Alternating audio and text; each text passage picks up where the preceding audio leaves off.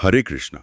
पिछले संवाद में हमने क्षेत्र, क्षेत्रज्ञ और प्रकृति पुरुष के संबंध पर बात की थी। हाँ, और ये भी समझा था कि कैसे प्रकृति के गुणों का संग जीव को अलग अलग योनियों में ले जाता है। बिल्कुल। तो आज हम भगवत गीता के 14वें अध्याय गुणत्रय विभाग योग पर थोड़ी और गहराई से चर्चा करेंगे, श्रील प्रभुपाद की व्याख्या के आधार पर। जी, ये अध्याय बहुत महत्वपूर्ण है क्योंकि इसमें भगवान श्री कृष्ण उन 3 गुणों सत्व, रज और तम के बारे में विस्तार से बताते हैं जो हम सबको मतलब हर जीव को प्रभावित करते हैं। हाँ, और हमारा लक्ष्य यही समझना है कि ये गुण काम कैसे करते हैं और सबसे जरूरी इनसे ऊपर कैसे उठा जाए। बिल्कुल। भगवान शुरुआत में ही एक परम ज्ञान की बात करते हैं, ज्ञान मुत्तमम, जिसे जानकर मुनि लोग परम सिद्धि पा लेते हैं। हाँ, और कहते हैं कि इस ज्ञान में स्थित होकर जीव फिर न तो सृष्टि के समय उत्पन्न होता है न प्रलय के समय व्यथित। वो भगवान के दिव्य स्वभाव को मतलब मम साधर्म्यम उसको पा लेता है। अच्छा। अब फिर भगवान सृष्टि का रहस्य भी बताते हैं, है ना? जी हाँ, वो कहते हैं कि ये जो पूरी भौतिक प्रकृति है महद्ब्रह्म, ये योनि है और वे इसमें जीवात्मा रूपी बीज स्थापित करते हैं। गर्भम दधाम यहम, और उसी से सारे जीव उत्पन्न होते हैं। हाँ, सभी जीव। और फिर वो स्पष्ट करते हैं, अहम बीज प्रदः पिता, मैं ही सभी योनियों में बीज देने वाला पिता हूँ। श्रील प्रभुपाद समझाते हैं कि ये श्लोक ही असली यूनिवर्सल ब्रदरहुड मतलब सार्वभौमिक भाईचारे का आधार है। अगर पिता एक है तो सब भाई बहन हुए ना। वाह, ये तो बहुत गहरा अर्थ है। अच्छा, तो ये तो हुई सृष्टि की बात, पर ये गुण हमें बांधते कैसे हैं? आपने कहा 3 गुण हैं, सत्व, रज और तम। हाँ, ये तीनों ही गुण इस देहधारी आत्मा को शरीर में बांधते हैं, पर अलग अलग तरीके से। कैसे? देखिए, सत्वगुण जो है वो निर्मल है, प्रकाश देने वाला है, पर वो भी बांधता है सुख के अटैचमेंट से और ज्ञान के अभिमान से। अच्छा, मतलब मैं सुखी हूँ, मैं ज्ञानी हूँ, ये भाव। हाँ, बिल्कुल। ये सूक्ष्म अहंकार के मैं सुखी हूँ, मुझ में ज्ञान है। श्रील प्रभुपाद कहते हैं ये मुक्ति की तरफ एक सीढ़ी है, पर खुद मुक्ति नहीं है, क्योंकि कर्तापन का भाव रह जाता है। और रजोगुण? रजोगुण तो मूल रूप से इच्छाओं, कामनाओं और आसक्ति मतलब राग और तृष्णा, इनसे पैदा होता है। ये जीव को सकाम कर्मों में और उनके फल की इच्छा में बांध देता है। हमेशा कुछ ना कुछ करने की, कुछ पाने की दौड़। Activity, action. हाँ, वो रजोगुण का लक्षण है। और फिर आता है तमोगुण। ये तो अज्ञान से जुड़ा है शायद। बिल्कुल, ये अज्ञान से पैदा होता है और सबको मोह में डालता है। ये प्रमाद यानी लापरवाही, आलस्य और नींद, इनके द्वारा जीव को बांधता है, चेतना को जैसे ढक देता है। तो अगर संक्षेप में कहें तो सत्व सुख और ज्ञान से, रज कर्म और इच्छा से, और तम प्रमाद और आलस्य से बांधता है। एकदम सही। सत्वम सुखे संजयते, रजः कर्मणि भारत, ज्ञानामावृत्यतु तमः प्रमादे संजयत्युत। और ये गुण हमेशा ऐसे ही रहते हैं या बदलते भी हैं? नहीं, ये बदलते रहते हैं। इनमें आपस में होड़ चलती रहती है। कभी सत्व बढ़ जाता है रज और तमो को दबाकर, कभी रज बढ़ जाता है सत्व और तम को दबाकर। अच्छा। और कभी तम बढ़ जाता है सत्व और रज को दबाकर। ये लगातार एक दूसरे पर हावी होने की कोशिश करते हैं। इनके बढ़ने के लक्षण भी बताएं भगवान ने। हाँ, बताए हैं। जब सत्वगुण बढ़ता है तो शरीर की सारी इंद्रियों में, दरवाजों में ज्ञान का प्रकाश फैलता है, एक क्लैरिटी महसूस होती है। जब रजोगुण बढ़ता है तो लोभ बढ़ता है, प्रवृत्ति मतलब काम शुरू करने की इच्छा, अशांति, स्पृहा, ये सब बढ़ जाता है। बेचैनी सी। हाँ, बेचैनी।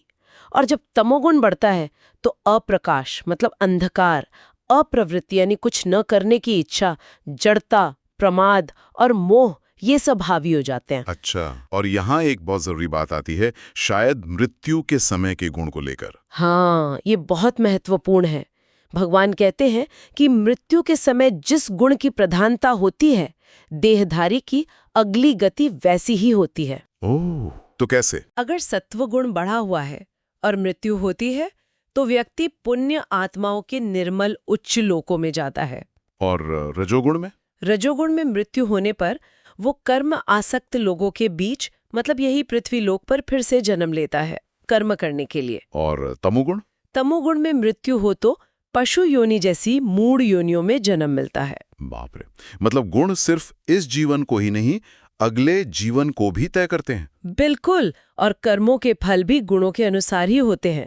सात्विक कर्म का फल निर्मल होता है, राजसिक का फल दुख होता है और तामसिक कर्म का फल अज्ञान होता है। तो सत्व से ज्ञान, रज से लोभ और तम से प्रमाद और मोह। हाँ, और अज्ञान भी। इसीलिए कहा है ऊर्ध्वम गच्छन्ति सत्वस्ता मध्ये तिष्ठन्ति राजसा जघन्य गुणवृत्तिष्ठा अधो गच्छन्ति तामसा। सत्वगुणी ऊपर जाते हैं, रजोगुणी बीच में रहते हैं और तमोगुणी नीचे गिरते हैं। ये सब जानकर तो लगता है कि इन गुणों के चक्कर से निकलना बहुत जरूरी है। तो रास्ता क्या है? मुक्ति कैसे मिलेगी? रास्ता भी भगवान बताते हैं। वो कहते हैं कि जब देखने वाला मतलब साधक ये जान जाता है कि गुणों के अलावा कोई और करता नहीं है और वो उन गुणों से परे परमेश्वर को जान लेता है, तब वो मेरे दिव्य स्वभाव को, भगवत भाव को प्राप्त होता है। मतलब ये रियलाइज करना है कि कर्ता मैं नहीं, ये गुण है। हाँ, और ये जानना कि मैं इन गुणों से परे हूँ और भगवान इन गुणों से भी परे हैं। और इसका फल क्या होता है? फल जन्म, मृत्यु, बुढ़ापा और दुखों से पूरी तरह मुक्ति और इसी जीवन में अमृत का अनुभव। गुणानितेनातीत्य त्रीन देही देह समुद्भवान जन्म मृत्यु जरा दुखेर विमुक्तो अमृतम अश्नुते। ऐसे मुक्त पुरुष को गुणातीत कहते हैं ना? हाँ, गुणातीत। अर्जुन ने भी यही पूछा था कि ऐसे गुणातीत व्यक्ति के लक्षण क्या होते हैं, वो चलता फिरता कैसे है और इन गुणों को पार कैसे करता है। जी, और भगवान ने बहुत सुंदर लक्षण बताए हैं।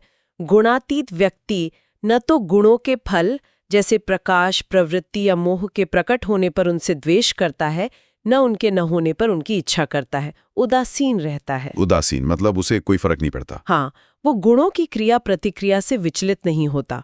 वो साक्षी भाव में रहता है, जानता है कि ये तो बस गुण अपना काम कर रहे हैं।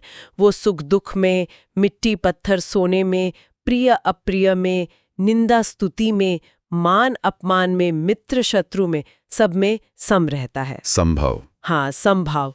और सारे भौतिक कर्मों के आरंभ का त्यागी होता है, मतलब कर्तापन के अभिमान से मुक्त होता है। वाह, ये तो बहुत ऊंची अवस्था है। तो इस अवस्था तक पहुंचने का, इन गुणों को लांघने का सबसे पक्का अचूक तरीका क्या है? भगवान ने कुछ बताया? हाँ, बिल्कुल बताया, और यही इस अध्याय का कह सकते हैं क्लाइमैक्स है। श्लोक 14.26। कौन सा श्लोक? माम च यो विभिचारेण भक्ति योगेन सेवते सगुणान समतित्येतान ब्रह्म भूयाय कल्पते। इसका अर्थ क्या हुआ? भगवान कहते हैं, और जो कोई अव्यभिचारी भक्ति योग से, मतलब बिना किसी डिविएशन के, पूरी तरह अनन्य होकर मेरी श्री कृष्ण की सेवा करता है, वो इन तीनों गुणों को तुरंत लांघ जाता है और ब्रह्म पद के योग्य हो जाता है, आध्यात्मिक स्तर पर स्थित हो जाता है। मतलब भक्ति योग ही सीधा रास्ता है। शील प्रभुपाद के अनुसार यही सबसे सीधा, सरल और अचूक मार्ग है, अनन्य भक्ति। और फिर भगवान उस ब्रह्म के बारे में भी कुछ कहते हैं। हाँ, अंतिम श्लोक में वे कहते हैं, ब्रह्मणो ही प्रतिष्ठाहम अमृत्यस्य व्ययस्य च शाश्वतस्य च धर्मस्य सुखस्य एकांतिकस्य च।